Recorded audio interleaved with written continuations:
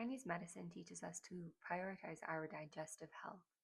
And one thing that can really tax our digestion and slow down the digestive process is what Chinese medicine calls food stagnation. And food stagnation is literally when the food stagnates in the alimentary canal, usually in the intestines, and digestion can become very slow. Maybe it's difficult to have a bowel movement, or you become chronically constipated. And there are a few ways that food can stagnate. So the first is simply just overeating. When we eat too much food at one sitting, the body just cannot effectively process and deal with all of that food.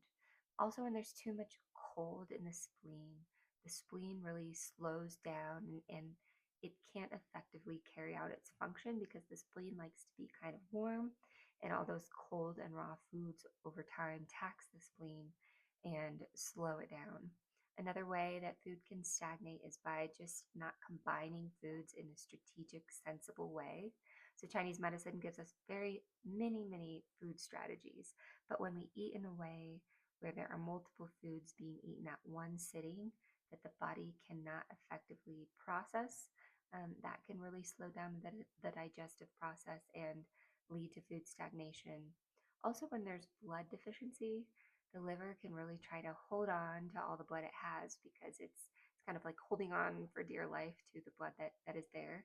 And that can cause qi stagnation in the body. And anytime there's qi stagnation, there can be an effect on digestion because digestion is really dependent on the smooth, free flow of qi in the body. So, in order to avoid food stagnation, we can eat in reasonable portions for our body, so not overeat. We can make sure we're eating warm and wet cooked foods, not raw, cold foods. And we can really try to make sure we have enough blood building foods in the diet, enough gentle movement, and enough sleep. And all of these lifestyle habits will support digestion and help us avoid food stagnation.